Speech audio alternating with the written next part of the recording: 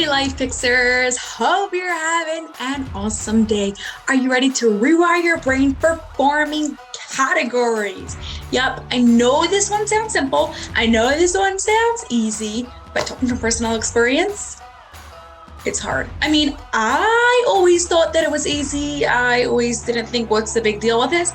And until I actually did it for the second time, that means I took these sessions as a kid. And then when I got trained in it, that's when the real change in my brain actually happened. That's how long it took me to really go and get changed. That's the problem with these cognitive functions, because we're stuck in it in our everyday lives and we don't see how it's a problem because we're so used to doing it for so long, even though our brain is working so hard to go and continue doing it the way that we're doing it, that we don't really see a reason to change. That is why I am asking you to try these challenges, try the tips I'm giving you, even though they seem really easy, they seem stupid, you're not really sure why to do it, because it can make a massive difference.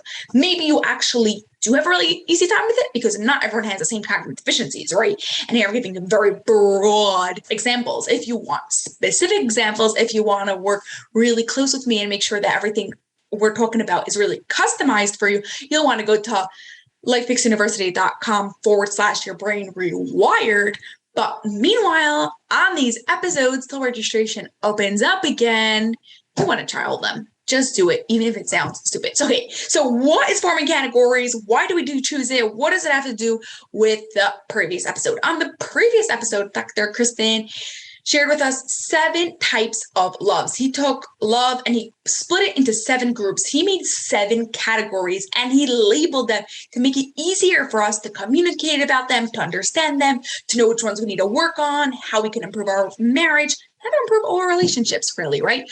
Where are the problems actually happening? Without these 7 categories, it makes it much harder to just go and say, okay, work on this, go and do this. This breaks it down and makes it really clear in your brain. Now, how do you know what falls under which category? That comes the tricky part, okay?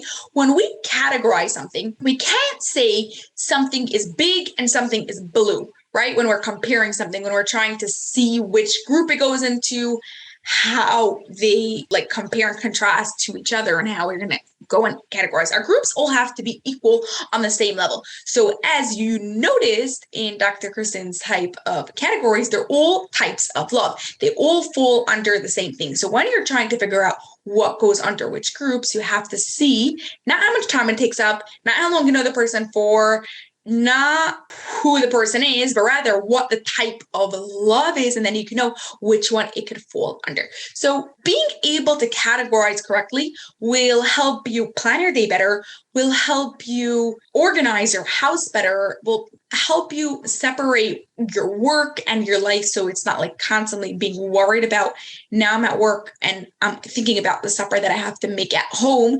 It will really put things in order in your brain. It will help you communicate with your partner better, because just because you got upset about one thing doesn't mean you don't have to talk to him today. You could still talk to him about something else, even if you don't feel ready to talk to him about the thing that you were talking about before. So to practice categories, to really go and get your brain thinking in that way and being organized in that way, I want you to take a whole bunch of random things. Let's say if you have a box of snacks, for an example, okay? I want you to take them and see if you could split it in 3 different ways based on 3 different parameters, as we like to call it. So you might want to split it once on color, once on taste, and once on texture, and see how you could take the same things and categorize it in different ways based on the needs that you need.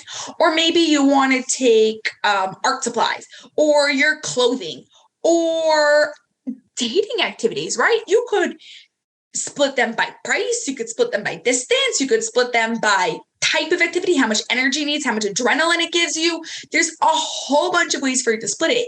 And if you know how to split it correctly, it'll be much easier for you to make your decision. Because if a really big deciding factor in which place you're going to go to is going to be price, and you already split everything according to price, it will be much easier for you to do it.